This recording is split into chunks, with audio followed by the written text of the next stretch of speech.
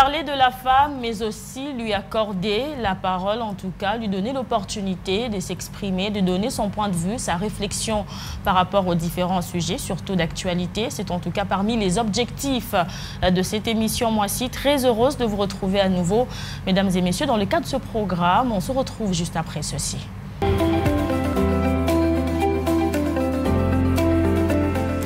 Être femme et atteindre ses objectifs, est-ce que c'est possible? Nous allons tenter de répondre à cette question tout au long de ce numéro de Moi-ci. Et pour ce faire, nous avons sur ce plateau une dame, elle est avocate, elle a également d'autres fonctions, Madame Dalia Chilanda, et l'invitée de Moi-ci, bienvenue.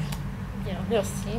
Alors, je disais tantôt, vous êtes maître avocate, mais au-delà de tout, vous êtes également secrétaire générale adjointe d'un parti politique. Le parti politique s'appelle justement Alliance africaine des bâtisseurs, mais également présidente d'une fondation, Aquitas, je pense que j'ai bien prononcé, une fondation qui a plusieurs volets, également l'éducation, mais aussi la justice. Comment vous faites pour combiner toutes ces fonctions ? Alors, merci Naomi de nous recevoir. C'est toujours un plaisir de passer par ici. Alors, pour revenir rapidement à la question, comment est-ce que l'on fait pour se départager entre les différentes tâches? Ce n'est pas évident, mais puisqu'on veut y arriver, on veut parvenir, on a des objectifs et on se donne les moyens de les atteindre. Voilà. Alors, on se donne le moyen de les atteindre. Ce qui m'intéresse aussi, c'est le fait que vous êtes secrétaire générale adjointe d'un parti politique, pas le moindre, c'est parmi les partis politiques membres de l'Union sacrée, même si l'abréviation me tue en tout cas, il faut que je le reconnaisse.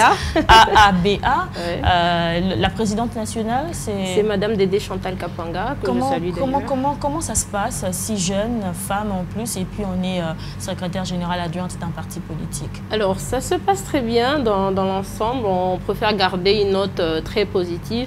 Mais autant, puisqu'on est jeune, j'ai toujours dit, mon parti, pour moi, c'est une école de formation. Puisque au sein de ce parti, j'ai certes apporté mes compétences, j'ai certes apporté ce que je peux pour enchérir le parti, mais également, ce n'était pas facile. On est jeune, c'est toujours très difficile de se faire accepter par certains qui estiment que la jeunesse ou la jeune femme ne peut pas prendre les rênes, les commandes d'un parti politique et se démarquer. D'où dans l'ensemble, c'est très bien, mais en même temps, les défis de tous les jours, que je le prends avec beaucoup de fierté, je me dis que c'est un challenge, on y va et on fonce. Une belle expérience que vous ne regrettez pas? Exactement, une magnifique expérience, parce que j'apprends tous les jours. J'apprends vous savez, quand on est secrétaire général adjointe, on est confronté à la gestion de ressources humaines. Donc, on a le quotidien du parti, savoir se démarquer. Il y a aussi les questions politiques qui reviennent. Mais on est là, parce qu'on aime. Déjà, il faudrait commencer par aimer cette passion de faire la politique et aussi d'assumer de telles responsabilités dont j'espère être à la hauteur. Et puisque vous parlez justement de passion, d'où vous est venue cette passion de faire la politique? Déjà, vous êtes avocate, je pense que vous pouviez vous dire que ça me suffit d'être avocate et après vous vous lancez dans la politique. D'où est venue cette motivation? Alors, cette motivation, je crois qu'en tant que jeune, la jeunesse a beaucoup à apporter au sein de notre pays et également en tant que femme. Nous militons tous pour avoir une forte représentativité des femmes dans les instances décisionnelles.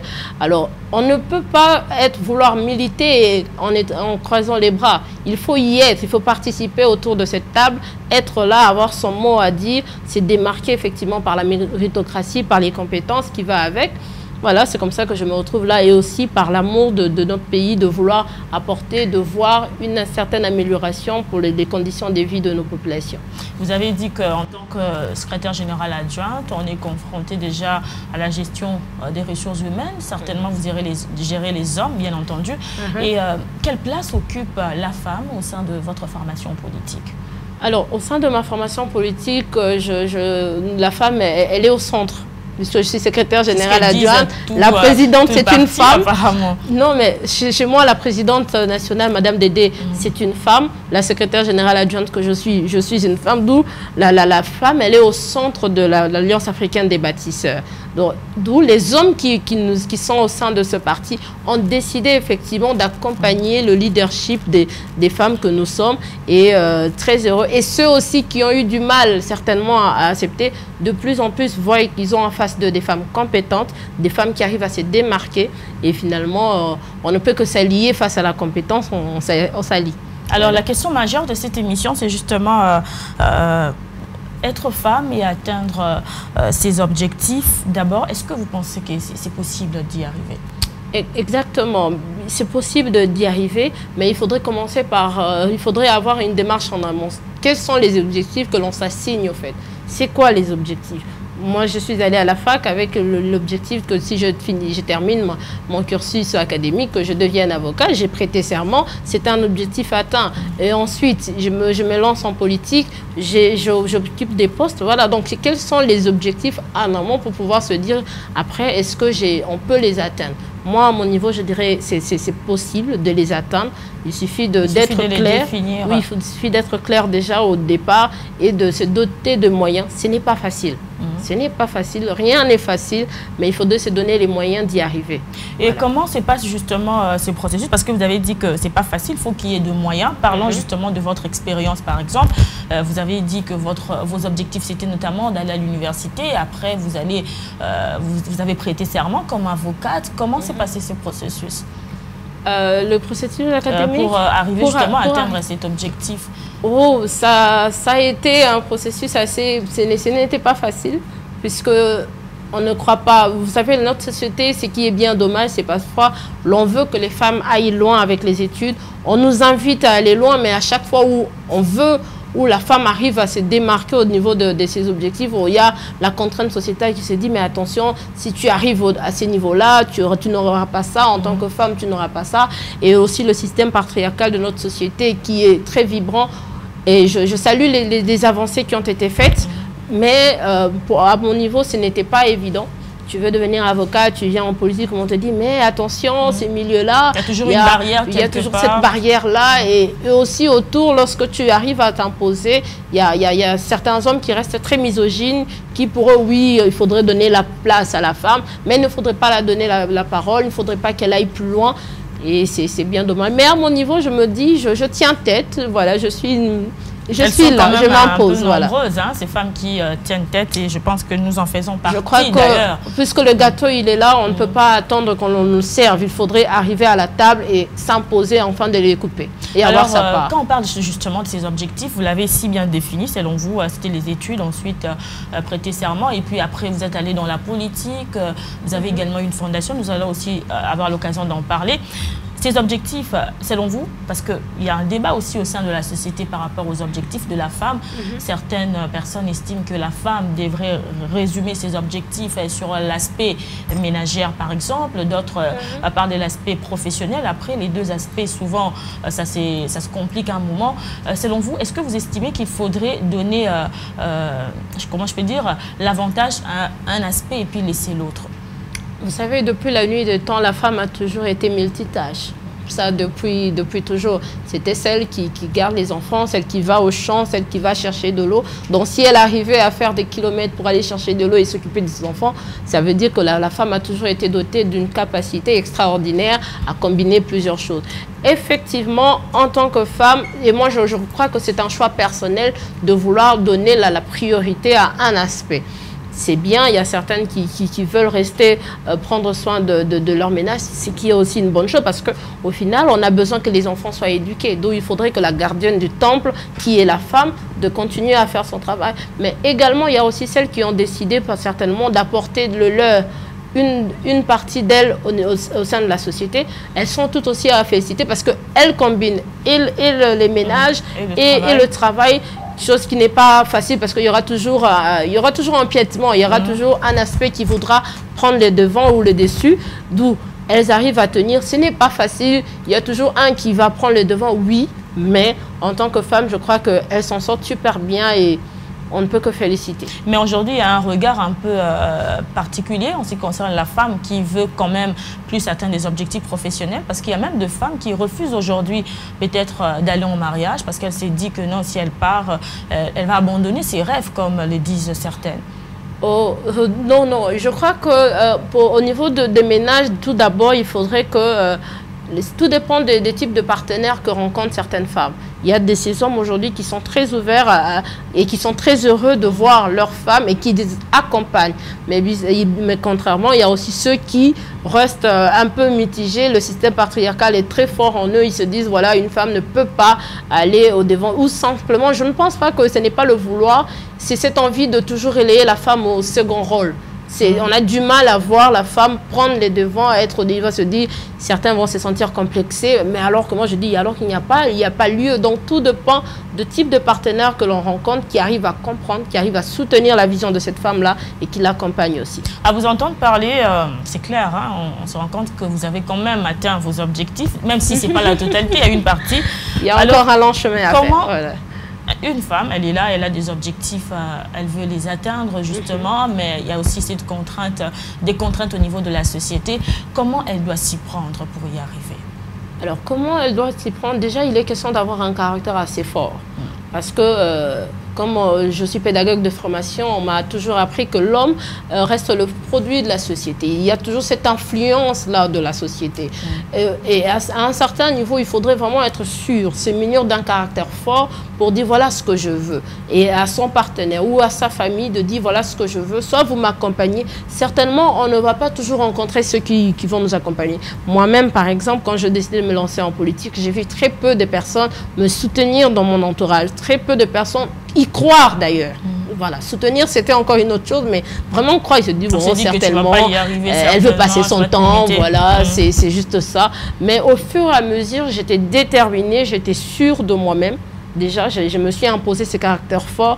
Et aujourd'hui, finalement, les autres, maintenant, même ceux qui étaient les plus sceptiques, se disent, ah ben tiens, elle y fonce, oui. Et petit à petit, je vois qu'il y a ce retour assez positif. D'où il faudrait se munir d'un caractère fort. Il faudrait savoir déjà ce que l'on veut. Il faudrait vraiment savoir. Parce que si c'est juste par hasard, voilà, je veux faire ça. Mais ça ne vient pas tout au fond de nous-mêmes. De cette femme-là, de se dire, je veux faire ça. Et je crois que même le système en soi, l'univers en soi, sera destiné à arranger les choses pour que ça aille effectivement dans cette direction-là. Tout part d'abord de la femme, vous l'avez dit si bien, la détermination, elle est très importante pour réussir ses objectifs, pas seulement pour la femme, mais aussi pour l'homme. Alors vous êtes dans le secteur justement politique, vous œuvrez dans les secteurs politiques également. Est-ce que vous estimez qu'aujourd'hui, on peut dire que la femme politique congolaise a atteint ses objectifs? Alors aujourd'hui, est-ce que l'on peut dire la femme politique congolaise a atteint ses objectifs? Je dirais en partie, parce que le travail, c'est un long travail, mais de l'ensemble, on peut s'estimer heureuse de dire qu'aujourd'hui, on a beaucoup de femmes de plus en plus qui osent, parce que nombreux n'osaient pas. Elles ont les ambitions, elles sont faites pour ça, mais elles n'osaient pas, parce qu'elles avaient les oreilles un peu à gauche, à droite. Aujourd'hui, elles sont présentes sur la scène politique. Aujourd'hui, elles sont aux commandes sur certaines institutions et nous avons des femmes et nous saluons même les avancées du chef de l'État qui est lui-même le champion de la masculinité positive, d'avoir encouragé encore un maximum de femmes, la représentativité des femmes à tous les niveaux. D'où le combat, il y a encore un travail de front à faire, mais nous sommes satisfaits de se dire que la jeune fille qui se retrouve sur le banc de l'école peut s'inspirer des modèles des femmes qui sont là, qui se sont imposés. Et il n'y a pas qu'en politique, hein, dans le domaine même au niveau de votre profession, les journalistes. Aujourd'hui, il y a de ces jeunes filles qui peuvent rêver de dire « Alors moi, j'aimerais un jour devenir journaliste et parler comme Madame Naomi ». Oui, donc aujourd'hui, le rêve de la jeune fille n'est plus forcément pour le ménage de dire il faudrait que je trouve un mari, mais elles se disent aujourd'hui, oui, je peux faire ça, puisqu'il y a celle qui a fait ça, donc je peux faire mieux. Alors, voilà. Qu'est-ce qu'il faut faire? Qu'est-ce qui manque encore? Parce que vous avez dit quand même il y a des avancées, mais il y a certainement quelque chose qui manque. Qu'est-ce qu'il faut encore ajouter aujourd'hui dans ce domaine pour qu'on arrive vraiment à ces objectifs que nous nous sommes fixés? Alors, je vais parler du mien, par exemple, en politique aujourd'hui. Qu'est-ce qu'il manque? On lutte encore contre la misogynie, ce système patriarcal qui a décidé de faire certains aménagements, de nous tolérer dans des espaces, mais sans vouloir, à chaque fois qu'on y va, il y a des cas. Et en deuxième lieu, c'est aussi les moyens. Vous savez, faire de la politique, partout ailleurs, c'est les moyens. Et la femme congolaise dans notre pays, elle reste encore, certes, elle est très active, mais elle reste encore très pauvre. Les moyens ne sont pas mis à sa disponibilité pour pouvoir s'engager et pouvoir faire évoluer les choses. Je crois qu'aujourd'hui, si les femmes, au travers des formations de l'entrepreneuriat et tout ce qui va avec, si les femmes sont dotées des moyens, si elles ne peuvent plus dépendre des hommes, parce qu'aujourd'hui, elles doivent dépendre. Je suis candidate, mais je dépends de quelqu'un. Ça fait que ça limite mon champ de bataille, ça limite ma façon de réfléchir, alors que quand la personne, elle est financièrement indépendante, même dans sa façon d'interagir, l'on sentira cette liberté de penser que nous voulons atteindre, et elles seront plus en plus en main de mener des combats pour aboutir, et enfin, on sera très fiers d'avoir des femmes sur toutes les instants, et je crois qu'on n'aura même plus à réclamer le quota, qu'on est là 50%, 40%, ça sera acquis parce que les femmes auront les moyens, elles pourront faire ce qu'il faut, elles peuvent être candidates, députées, pas forcément, mais elles peuvent rayonner partout où elles se trouvent parce qu'elles seront indépendantes d'esprit, et ça ne peut que nous faire un grand plaisir. Alors, vous êtes en train de suivre l'émission Moitié. Nous sommes avec Maître Dalia Chilanda. Elle est notre invitée. Elle est secrétaire générale adjointe de l'Alliance africaine de bâtisseurs, mais également présidente de la Fondation Aquitas, une fondation qui a plusieurs missions, également la justice, mais aussi l'éducation. On va y revenir tout à l'heure. Vous avez parlé de soutien, justement, mais il y a aussi un problème aujourd'hui, parce que quand on a besoin d'arriver à atteindre ses objectifs, on a besoin de soutien. Il n'y a pas seulement le soutien financier, on a également le soutien moral, ainsi de suite. Oui. Mais aujourd'hui, il y a un problème, la collaboration entre femmes, on ne se soutient pas. Comment vous réagissez quand on parle de cette collaboration qui ne passe pas? Parce que nous le voyons même lors des élections, les femmes qui votent les hommes à la place de femmes. Oui, bon, après, c'est ce qu'on a essayé de nous vendre, hein, de nous faire croire que l'ennemi de la femme, c'est la femme elle-même. Mais moi, je crois que c'est une fausse théorie. Elle n'a pas de fondement réel. Les femmes, aujourd'hui, elles comprennent que pour que nous soyons représentés, pour que nos voix puissent se faire entendre, il faudrait que nos semblables soient en mesure de porter nos voix. Comment est-ce que je peux être là, une femme peut être là, peut parler d'endométriose à un homme? Je suis désolée, il ne saura pas, il peut certes parler d'une manière générale, mais il n'y a qu'une autre femme qui certes est peut-être passée par là, qui a certes connu cela, qui est mieux placée pour porter cette voix-là. Aujourd'hui, de plus en plus, les femmes, même au niveau des mobilisations, quand nous y travaillons au sein de notre parti, nous vantons cela pour que les femmes comprennent qu'il est primordial que ce soit elles les premières à soutenir les autres femmes. C'est comme ça que nous mobilisons. Et je crois qu'aujourd'hui, c'est un pari gagné parce que les femmes ont compris que quand il faudrait passer par les femmes. Puisque nous réclamons la représentativité, mais tout le monde ne peut pas être là. Il y a une catégorie qui peuvent aller. Et c'est à nous maintenant de donner le pouvoir à cette catégorie qui ira nous représenter pour qu'elle soit en mesure de mieux nous défendre. Donc cette théorie, je ne la partage pas et je crois qu'elle est simplement sans fondement. C'était juste une manière de vouloir enfoncer la femme pour qu'elle croie de moins en moins en elle-même ou aux autres femmes en face d'elle. Voilà. Fondation Aquitas, oui. Je pense que j'ai bien prononcé. Equitas, justement. Okay. Et vous avez aussi un volet intéressant, l'éducation de la jeune fille. Vous organisez des activités de conférences dans les écoles pour conscientiser la jeune fille. Comment vous accompagnez vous procédez comment pour accompagner justement cette jeune fille à atteindre ses objectifs, parce que c'est la question majeure. Voilà. Alors parmi les objectifs de la Fondation Equitas, il y a d'abord un que nous nous sommes assignés, c'est celui de faire un travail pédagogique, un travail de fond. Certes, c'est bien d'interpeller, c'est bien de faire encadrer, mais il faudrait faire comprendre à la concernée le pourquoi. Pourquoi est-ce qu'il faudrait que ça change? Pourquoi est-ce qu'il faudrait qu'elle s'implique? Et nous nous sommes assignés ce grand travail-là de vraiment partir au niveau de la base, de rencontrer les jeunes filles qui sont certes au niveau des bonnes écoles et aller jusqu'à celles qui sont à l'université pour apporter ce message d'une formation de base pour dire, écoutez, les choses doivent changer. Mais les choses ne peuvent pas simplement changer parce que nous le disons, mais nous devons commencer par comprendre le pourquoi. Et nous essayons de diversifier différents thèmes qui touchent directement à la jeune fille elle-même et nous déployons d'une manière pour vraiment essayer, assez efficace pour essayer d'apporter cela et que ça soit assez palpable au niveau de la jeune fille que nous voulons encadrer. Alors, Maître Dalia, nous tendons petit à petit vers la fin de cette émission. Il y a des petites questions des questions presque directes que je vais quand même vous poser. Carrière professionnelle ou le mariage, vous préférez quoi? Vous optez pour quoi en premier? Alors ça, disons que là, tu me pièges un peu.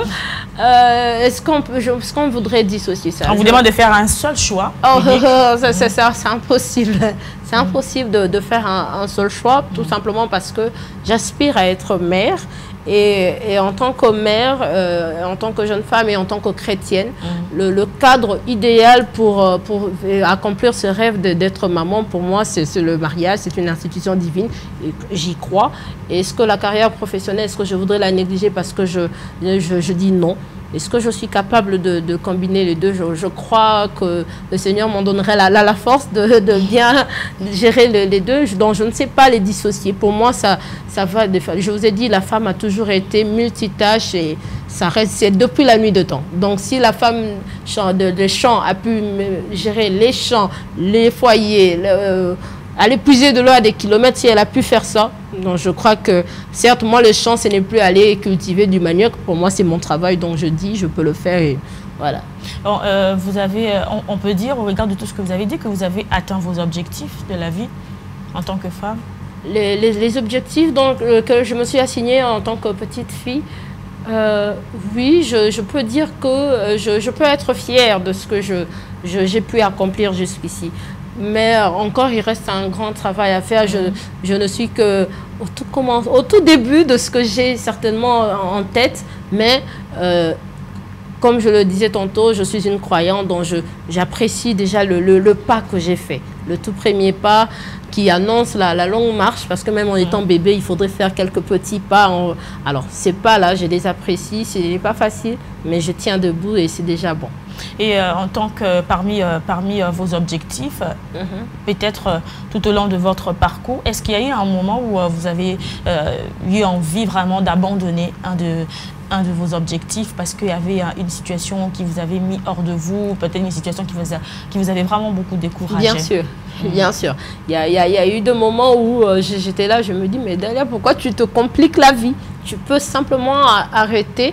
Mais je crois que la beauté de la vie, c'est lorsque on rencontre des défis assez énormes. Parfois, on ne sait pas comment on va s'en sortir. Mais une fois que l'on s'en sort, on se dit, mais tiens, ça vaut la peine de l'avoir vécu et ça vaut la peine d'être là. Voilà. Maître avocate, depuis combien de temps déjà? Tout récent, disons que c'est tout récent. Déjà 3 ans, 4 ans, oui. Et de votre expérience justement au niveau de la justice, quel est le cas le plus qui vous a le plus touché personnellement et que vous avez vraiment défendu, même si vous le faites toujours avec passion, mais ces cas c'était vraiment très particulier et ça vous a personnellement touché, donné vraiment envie d'aller jusqu'au bout et gagner la bataille? Alors, je me suis beaucoup spécialisée en droit de contrat. Je suis plutôt en entreprise, mais au travers de la Fondation Equitas, puisque nous nous occupons aussi au travers du volet justice, nous avons ce que nous appelons, nous gérons en fait les situations des enfants en conflit avec la loi. Il y a eu un cas assez particulier, c'était d'un jeune garçon. Bon, il ne nous est pas forcément permis de relater certains faits, mais je crois que j'ai porté ma touche avec beaucoup de passion et d'émotion. Je crois que j'étais assez émotive d'ailleurs sur cela, parce que vous savez un peu, parce qu'il s'agissait de protéger les enfants et des enfants qui sont en conflit avec la loi, qui a émané certainement de la maltraitance et qui a amené cet enfant à poser un acte répréhensible. Mais je crois que je suis allée avec beaucoup d'émotion sur cette affaire-là et nous étions satisfaits du jugement et voilà, on a évolué, c'est bon. Mais disons que je suis plus en entreprise, voilà. C'est déjà la fin de cette émission, les minutes partent tellement vite. Ah ouais, c'est rapide. Alors, avant de vous demander de regarder votre caméra pour justement s'adresser à ces femmes qui nous suivent en ce moment, qui peuvent également nous écrire au travers de notre numéro qui est affiché aussi. Vous pouvez suivre cette émission sur la chaîne YouTube Siloé Télévision. Maître Dalia Chilanda, vous parlez de la représentativité, c'est le combat en tout cas de femmes. Aujourd'hui, l'actuel gouvernement, 16 femmes. Et nous savons tous, généralement, le ministère du genre, c'est toujours attribué à la femme. Aujourd'hui, on fait un remaniement et puis on vous donne le ministère du genre, au regard du tableau que vous venez de dresser, au regard de tout ce que vous connaissez par rapport à la situation de la femme, c'est quoi la première action que vous allez justement mettre en place pour la femme, justement? Si je suis ministre du genre, je ne me vois pas vraiment là-dessus, mais je crois que si je devrais occuper ces postes-là, le plus grand travail qu'il faudrait faire, il faudrait réunir des fonds. Parce qu'il y a des femmes qui ont déjà suffisamment avancé, mais qui n'ont besoin que d'un petit coup de pouce et le clic, il est parti. Les femmes aujourd'hui, elles n'ont plus rien à prouver. Elles sont compétentes. Elles sont capables. Là, l'intelligence, il y a des femmes qui sont extraordinairement intelligentes, brillantes dans ce qu'elles font. Il suffit d'un coup de pouce, il suffit d'un coup de pouce de visibilité, de rendre visible les femmes qui sont quand on parle de l'entrepreneuriat, ce n'est pas forcément celles qui se brandissent devant, mais il y a des femmes qui arrivent à se lever à 5 heures durant des années, qui prennent place au niveau de leur ménage, qui s'occupent de leurs enfants avec les moyens de leurs différentes activités, soit celles qui vendent au niveau de marchés Ziguida, celles qui font à la boulangerie tout le matin. Donc ces femmes-là, elles font déjà un grand pas. Et en tant que ministre du genre, je crois qu'il faudrait miser sur les actions pour pouvoir propulser celles qui sont déjà. Et celles qui le font déjà, elles vont encore inspirer celles qui peut-être hésitent encore, celles qui n'osent pas se mettre devant, puisqu'elles auront des exemples. Voilà, c'est tout simplement ça. Alors, j'aimerais que vous puissiez regarder votre caméra par rapport à tout ce que nous venons de dire tout au long de cette émission, s'adresser à ces femmes, pas seulement la jeune fille, les femmes de manière générale qui nous suivent, qui ont des objectifs, mais qui ne savent pas comment y arriver parce qu'il y a beaucoup de contraintes devant elles. Elles ont besoin de votre message. Si vous pouvez regarder juste la caméra qui est devant vous. Alors, le seul message que j'ai toujours véhiculé face aux autres femmes, c'est de leur dire d'oser. Oser. C'est un mot assez simple, on dit oser. Parce que s'il faudrait attendre que les autres puissent nous encourager forcément, cela ne viendra pas. D'où il faudrait que nous-mêmes, avec notre rêve, y croire. Lorsqu'on croit à son propre rêve, c'est le premier déclic qu'il faut. C'est le premier pas. Faites le premier pas et je crois que les choses se rallieront d'une manière assez facile pour pouvoir vous aider à atteindre les objectifs que vous êtes assignés. Donc, oser, croire en soi-même et ne pas se décourager. Voilà, c'est seulement les 3 choses qu'il faut faire. Alors, il faut oser, avoir confiance en elle, aussi ne pas se décourager. Ce sont les 3 mots très importants que nous pouvons retenir par rapport aux femmes qui ont besoin d'aller plus loin avec leurs objectifs. Mesdames et messieurs, c'était moi-ci. Merci, Maître Dalia, d'avoir répondu à notre invitation. Merci, Madame Normée, c'est toujours un plaisir. À vous également, merci de nous avoir suivis. Merci à toute l'équipe technique. On se retrouve la semaine prochaine pour un nouveau numéro avec le même plaisir.